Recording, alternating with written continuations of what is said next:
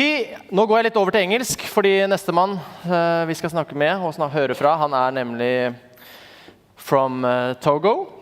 He has been appointed as United Nations Special Reporter on the rights to freedom of peaceful assembly and of association in March 2018. Prior to his appointment, he led the International Service for Human Rights work to support human rights defenders from states in transition and coordinated the organization's work in Africa. Please welcome Clément Voule.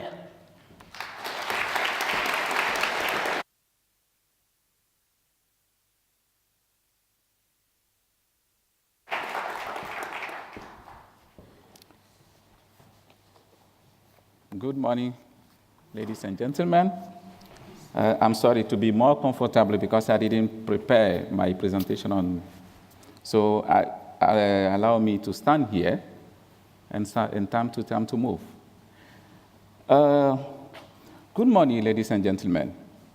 I'm so happy to be here, and also I'm impressed to say that the room is full to discuss about one of the important topics.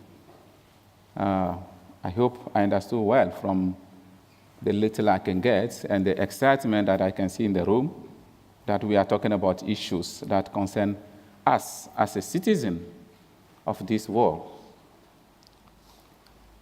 I would like first, before I start really addressing you and also bringing my perspective on the issue of civic space, and how this undermines the democracy, how this undermines our collective rights, I would like first to thank you, to thank the civil society group that invited me here to come and share with you some of my thoughts, but also learn from you, your experience in working in this country that have democracy and rule of law rooted in his history, in particular, civil society engagements in this country. So I think all of us will agree here that we are in the critical moment of this war. We are facing today a very pushback of our democratic value, of our democratic space. While a few years ago, we can talk about pushback on democracy on some restrictive states or some authoritarian states, we realize today that democracy, people stand against democracy, democracy value, the pushback against democracy is no longer only the concern about one region or few countries. It's becoming global concern. Because today we see how every day people stand up either to claim their rights, their fundamental rights, or either to claim the fact that the way that the democracy is handled in our country doesn't take into account their concern. We can see that. Because people standing up, we see little by little the reaction of governments. That sometimes we ask ourselves if the democracy that we built for many years, if the value of this democracy that we feel yes, versus the reaction of governments that we elect as democratic governments, if something is not wrong today. And you will agree with me that since when the world went to the Second World War, and one of the things that we set up, and one of the things that we committed all ourselves to promote is the democratic value, the international solidarity, human rights, to take into account human being. But today, when we see some of the reaction of what we can call also old democracy, or some of the reaction on authoritarian regime, we can conclude that we as a citizen of the world, we have work to do today in order to ensure that we bring back those values, that we bring back what we gained for so many fights since the Second World War.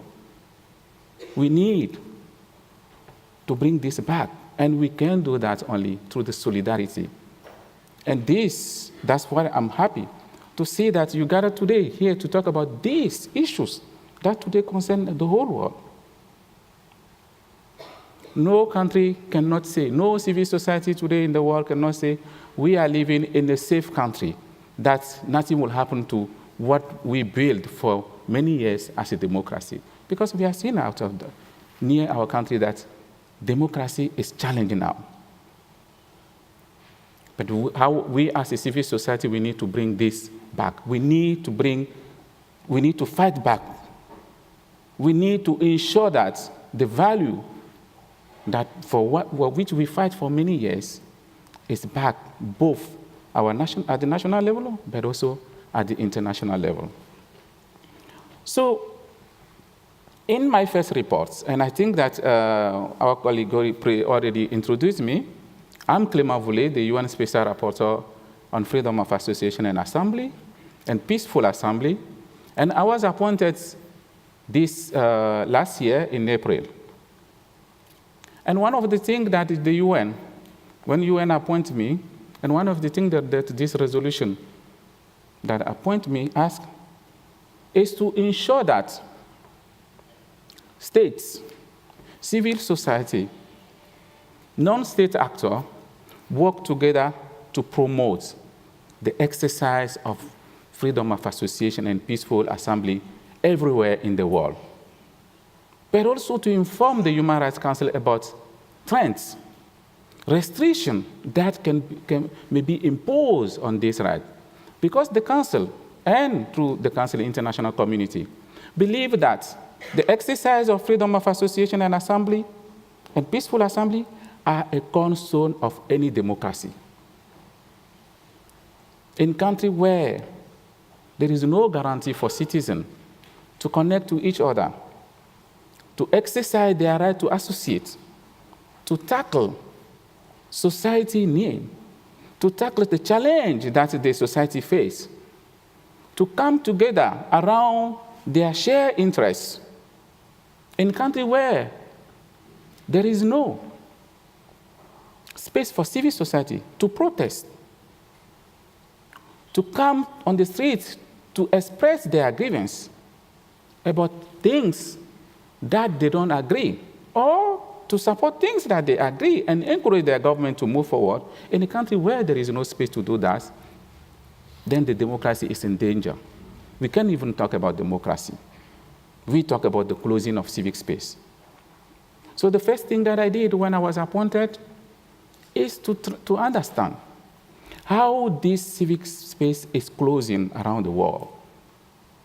What are the trends that infringe on the exercise of these fundamental rights that are important for democracy and rule of law?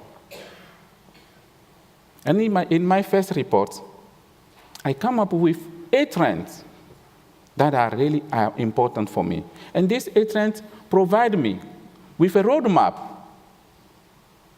to really strategize my action around these 8 trends. And my objective is to see how I can tackle these 8 trends. And I'm going now to share with you some of these 8 trends. I know some of you have it already, but it's important also in this kind of gathering to discuss about that. And the first thing is the use of legislation today. The use of legislation to suppress any kind of freedom, in particular freedom of association and assembly. And the first thing that you will agree with me is happening today around the world is the adoption of this counterterrorism law today. While we all agree that it's important to fight against terrorism, to fight against any kind of crime organized groups, to fight against any kind of group that undermine the value of democracy, undermine the fundamental right that we have. We are all concerned about the way that today those laws are used to undermine the core of democracy, which is the right for people to be able to express themselves, to be able to associate, and to be able also to demonstrate, to be able also to assembly. We are concerned about that because we see that this law is becoming a way for many governments to go around and attack civil society, attack anything or any dissidence or any criticism against the politics that they are setting in place.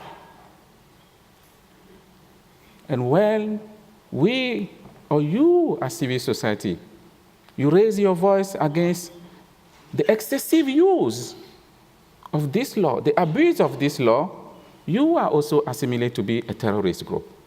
And this is dangerous because the role of civil society is to provide peaceful means for society, democratic means for society to be able to express themselves. But when the civil society space themselves is closed because of this law, then the society doesn't have any peaceful means to exercise themselves, to access to the justice, to publicly come and express their grievance. This is where sometimes, and I say this to the state, when you close the door, when you close the space for civil society, when you adopt this law, and you are not making the distinction between civil society group, people that work to defend, to even request that even if the person is accused for terrorism, the person has the right to go through these two processes. If you close this door, what you are doing is you are giving the space for those who are promoting this kind of violence. And this is becoming a dangerous situation, including here in Europe, in Africa, in Asia, where I'm constantly in dialogue with the government to try to remind them that the fight against the terrorism should not undermine the human rights. And so human rights should be the tools to fight against terrorism, not the other way around. We have also, within this law, in some of the regime where you see there is a law that even criminalizes the work that civil society is doing. The fact that civil society is engaged in questioning the government about their expenditure in the military equipment, or question the government on the way that the budget of the country is designed and why those is not taken in account the core issue of the society, sometimes it's seen like going against national security. In some countries, it's going. And in some countries, even today, to associate is so difficult because some government put a lot of burdens, administrative burdens, to avoid that people are able to create associations. But association is important for any vibrant society. Association is important for any society that want to fight against discrimination, want to fight against inequality, want to fight against any type of poverty in the country. No government will be able to fight alone the challenge that our society faces. Today, the climate change shows us that if we want to fight this climate change, which is so worried about our future, civil society, the society itself is important to be mobilized to fight that. But we also say, in this restrictive law, the law that undermines today the capacity of the civil society to receive funding. But we know that without funding, civil society doesn't have tools to be able to challenge, to be able to work to improve the situation of citizens. What association means without means to be able to implement your mission. We see that in many governments, and it's becoming worry. And every time that a country or an association receives funding from foreign, you are already targeted as foreign agents. But we know that one of the things that we promise ourselves, after the Second World War, when we are setting the international norm, is international solidarity. which means that any country can help wherever you think that is important to support human rights. Human rights do not have this kind of border where you can see no country should have to come and support civil society. Civil society is doing social work and need those supports. And I even sometimes challenge some government and say, if you allow other countries to support you as a government, how do you impose restriction for civil society? Doesn't have access to the national resources. And in this law, we saw recently in Hungary, and most of you know what happened recently, in this law that was passed last year, where I was engaged with government, which discriminates the work of civil society around refugees.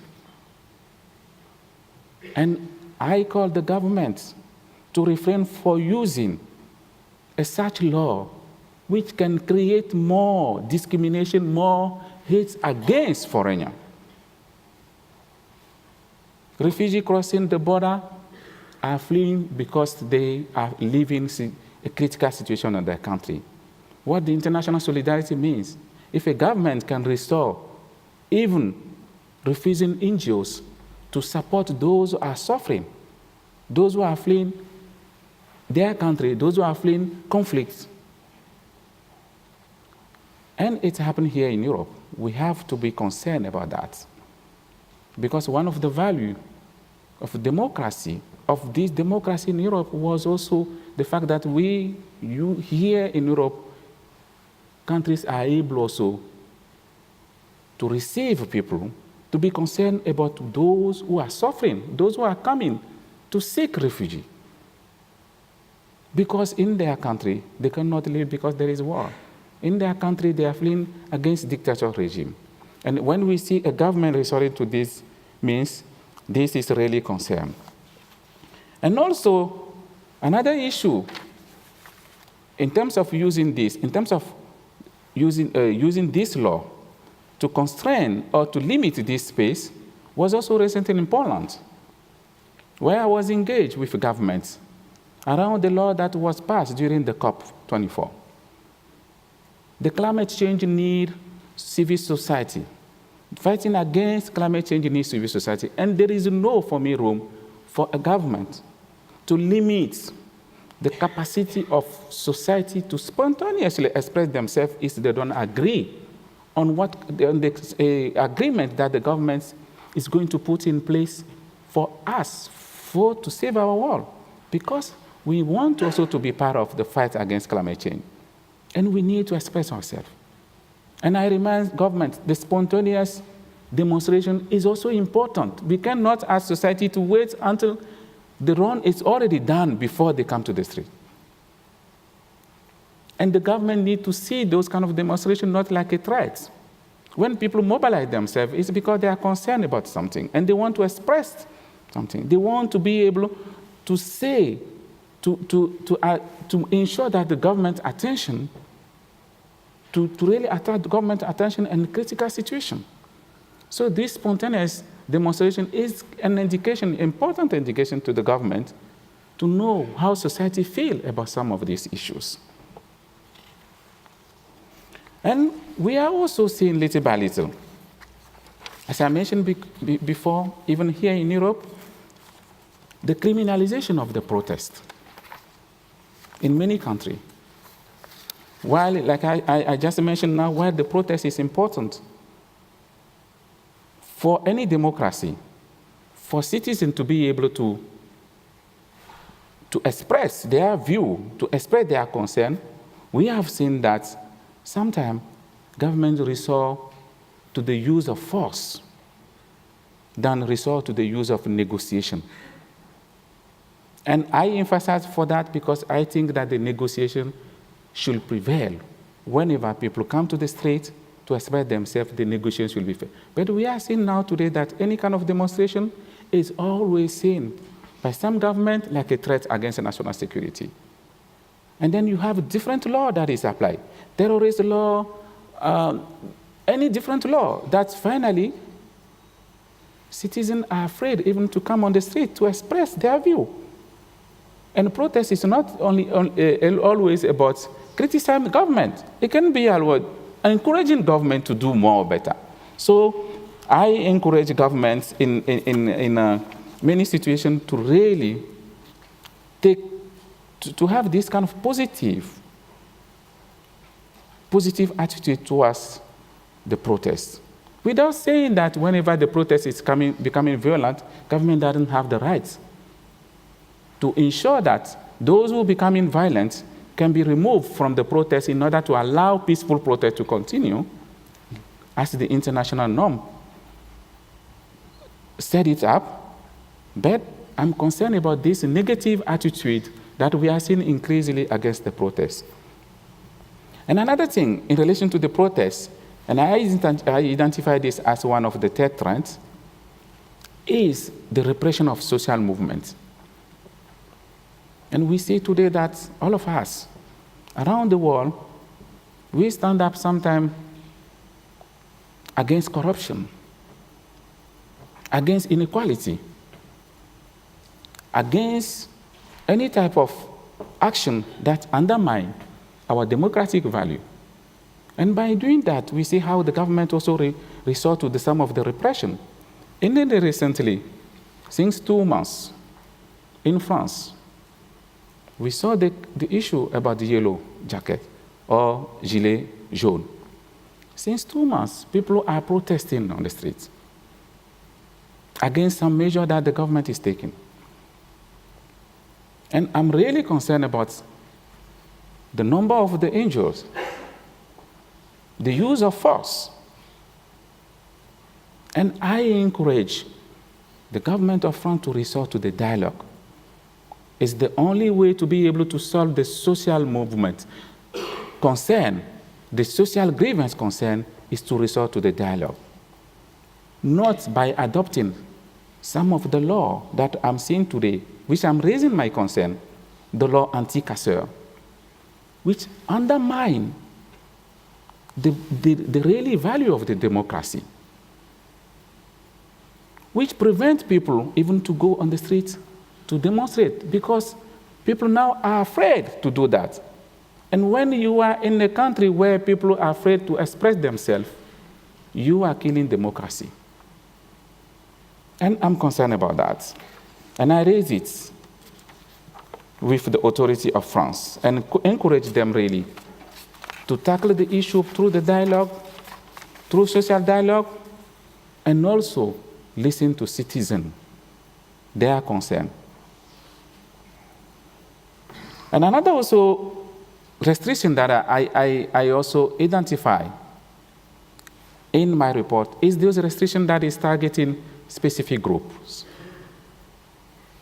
Today, we see in some countries, LGBTI movements are not able to come to express themselves because how people think about the issue, while we know that human rights is about people really being able to express themselves, to come, to say, this is how we are facing. And we see also the marginalized group. In Myanmar, in many countries, where those groups, whenever they want to express themselves, they are seen as a threat against either public morale, either national security. And I'm following closely, my mandate is following closely the right for this group to be able to express themselves, because whenever those small groups, marginalized group, ethnic group are repressed, this is where you give the voice of violence within the society. This is why my mandate is really concerned and always asking country to pay attention on the right for this group to be able to demonstrate. But also we have another thing that I identify is also the limitation that we are seeing during the election periods in many countries by shutting down the internet or by interference of some country to the electoral process of other country, which is undermine the democracy itself. Because the democracy is about our voice. It is about our right to be able to elect people that we want without any influence.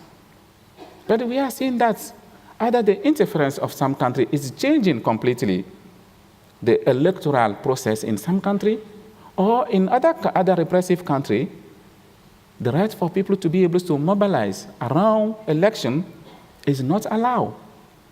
And some countries shut down the internet. And I'm concerned about this issue, and I raise it with country and say that freedom of association and peaceful assembly are important rights, are enable rights that allow society citizens to be able to express themselves, and they should be able to do it freely without any hindrance, without any restriction, without any interference on the enjoyment of this right. And also another issue that I identify in this is also the arising populism and extremism. Today, it's not in only one country. It's in all continents today that I'm witnessing this.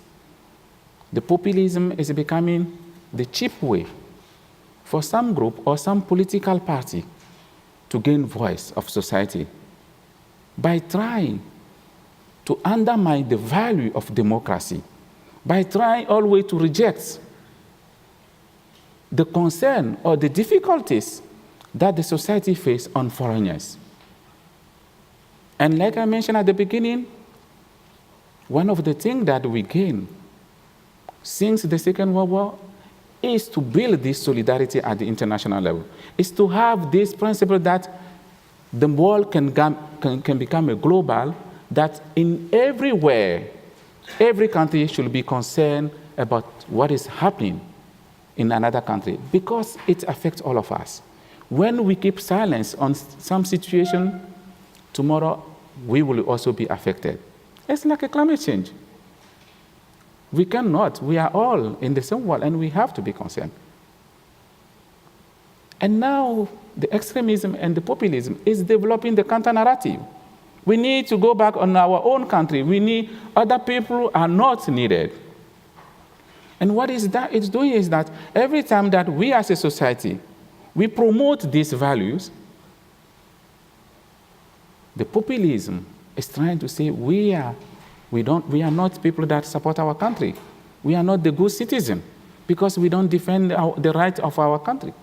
So we need to go back on our own country. We need to be closed. We need to close ourselves in our own country. And the populism is undermining all of this value because it's trying to patent civil society as foreign agents. We see that everywhere, in Europe, in Brazil, in Africa, everywhere, little by little, we have those leaders that are coming in the power, trying to use this kind of populism to destroy both the international system, because the first thing that they do is to attack the international system, to say this is foreigner, to attack human rights, the basic principle, and also at the local level, to challenge any work of civil society around promoting this international value, around promoting this solidarity. And this is a big concern for me. And then the last thing that I also identify as important is what we are seeing today in terms of the obstruction on our digital space. The digital space today is important. It's changed the way that we associate today. It's changed the way that we demonstrate today, the way that we assemble today. Few years ago, whenever we have concern as a society to mobilize people, we go and knock the door and say, hey, can you come? We have this problem. Can you come together? We can meet. We say, hey, can you come together so that we can express ourselves? We don't do it like this no longer. We now organize ourselves on internet, on social platform. We get together on the social platform in order sometimes even to tackle climate change, to organize ourselves around shared concern. But what is happening today around the world is that those platforms today, we have seen the restriction. We have seen how this online restriction is affecting the open society that we are building. Those means supposed to build this open society, this democratic society. But we are seeing that the government is controlling this space. That even some private company are playing the game. And they're using their own discretionary power, sometimes to limit or sometimes to provide government with some data on the protests. And I'm concerned about that. This is why my next report to the Human Rights Council will be focused on freedom of association and assembly in digital space, because I think that this space is important for the exercise of rights, for democracy. So we need to ensure that this space is still enabled space for people to express themselves, for people to not be harassed. And we need to avoid that government puts those restrictions to undermine our online civic space. So this is some of the challenge, some of the trends that I identify in this report. And at the UN level, we are working closely to tackle those challenges. I'm also working closely. UN adopt few resolutions to ensure that the closing of this space can be tackled. And some of these resolutions, you know them, they concern the resolution on civic space and the importance of the civil society engagement in the UN fora, but also the participation in the political life.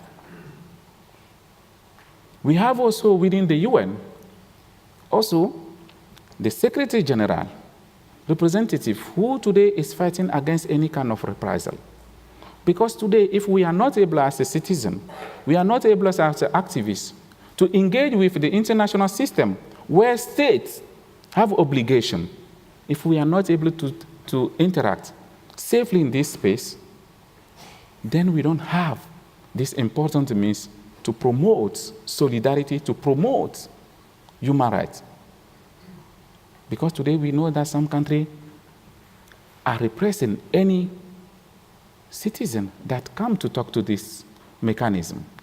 So the UN, the Secretary General, is set up the mandates against reprisal at the UN level.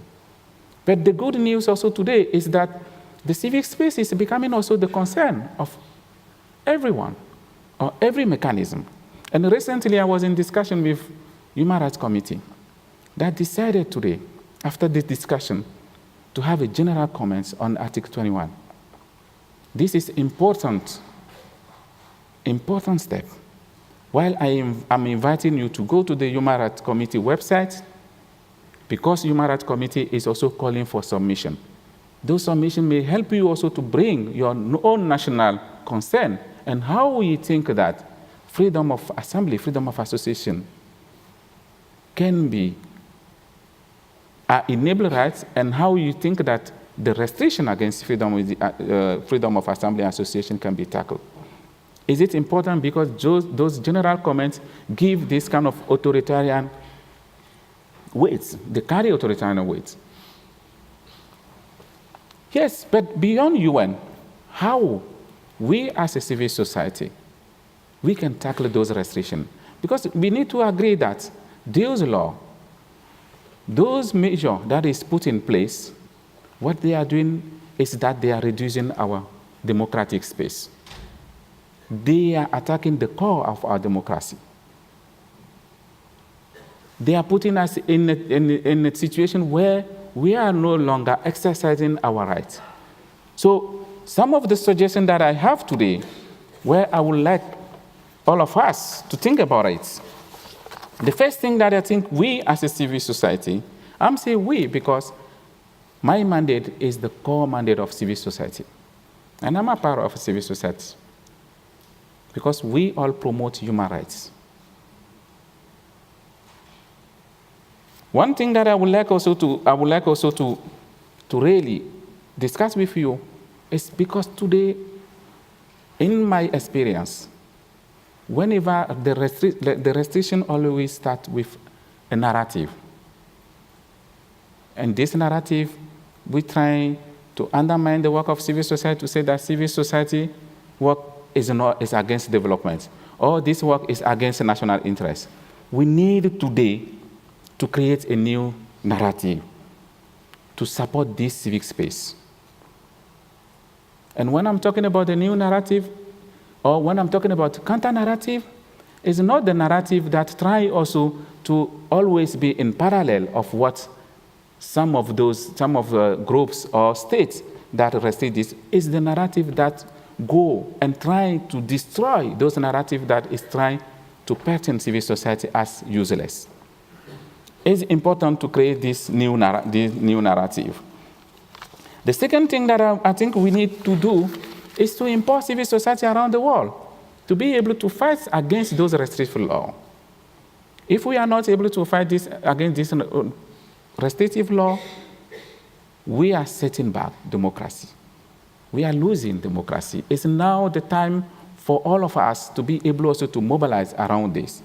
And the three things that I think is important is to bridge the gaps between the traditional NGOs and social movements. Because today we see that this social movement express the grievances of society. At the same time, the question is why this is going parallel to the traditional NGO work. We need to create this synergy in order to ensure that we prevent any kind of regress against democracy.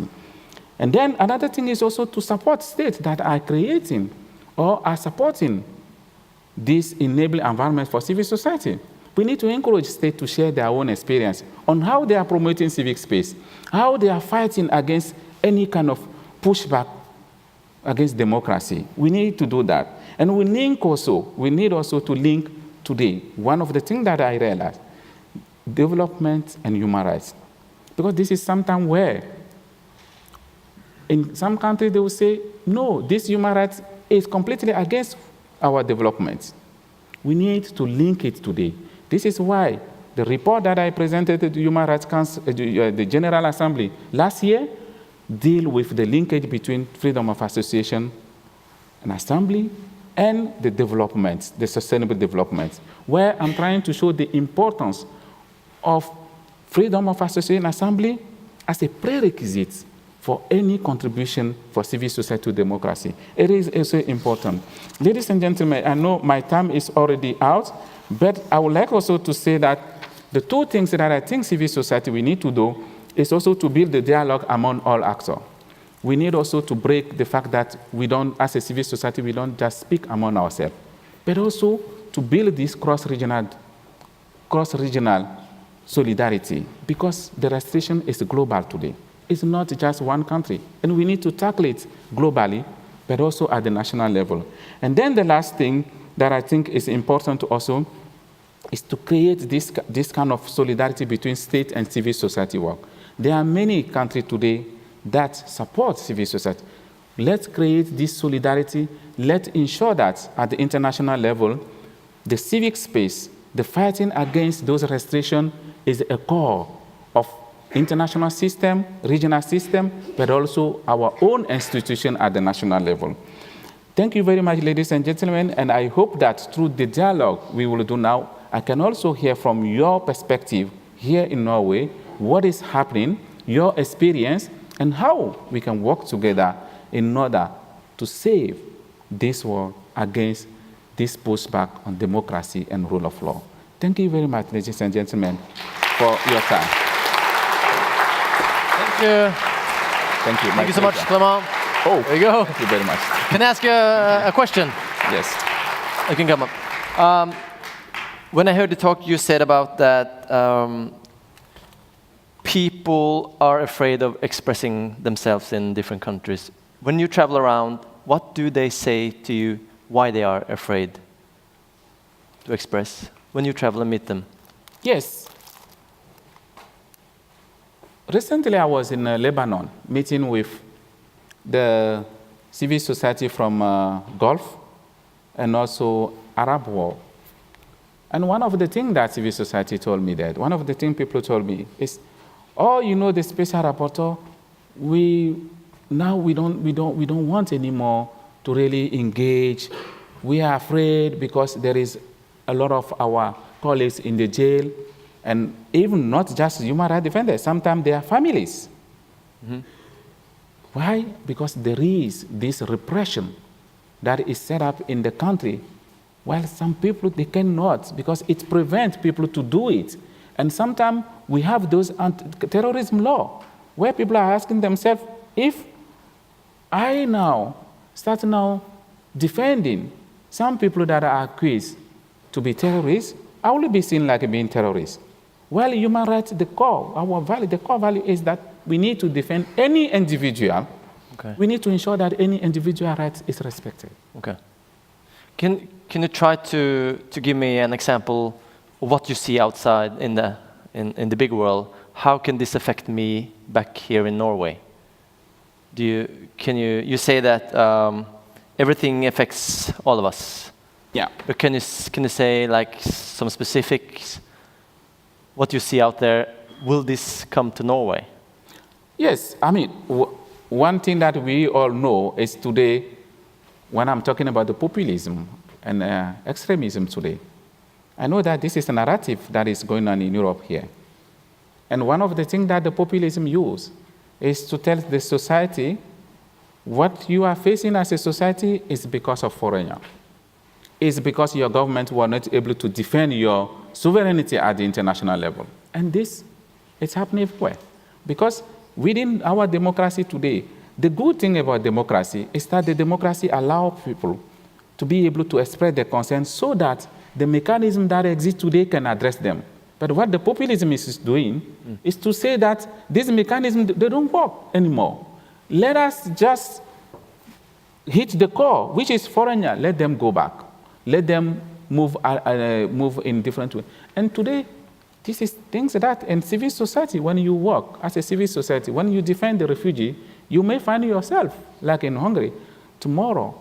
I'm not saying that it will happen in Norway, but I'm saying that this is global trend that I'm witnessing, which you need, that's why you need to ensure that the society understand to really commit to the society. And for me, I'm always saying that the crisis of democracy, it doesn't mean that people don't believe on democracy. No, it's that people want this democracy to really address their need. We need to separate them. And when I went in Tunisia, in Armenia, I saw that. Okay. Sorry. The final question. What do you see as the main threat to Norwegian civil society? Do you have like the main threat? Is it populism or is it something else? I think that for me, I always ask civil society that you are the best to know what is going on within the society itself. And sometimes I think one thing that we, civil society, we are able to do, and we have to continue to do that, is to continue to be the eyes on us on what is going on in the society. And I think today that the fact that many countries in Europe are going through this kind of difficult time of democracy, where the response of the state is not appropriate. This may also be a danger, because as you know, states learn from them. And we have also, as a civil society, because what we have been doing as a civil society, we have been doing for a long time, is also to ensure that the society resort to the peaceful means, to ensure that the government is alert about how the society feels. And I think that today you have also everything that is going around in Europe here. You, as a Norwegian civil society, you have also to be able to be in front to ensure that you can, in advance, trying to tackle these issues and discuss some of the issues with your government, because you are also living in Europe. And that's what we are doing today. Thank you so much, Clément Voule. Thank you very much.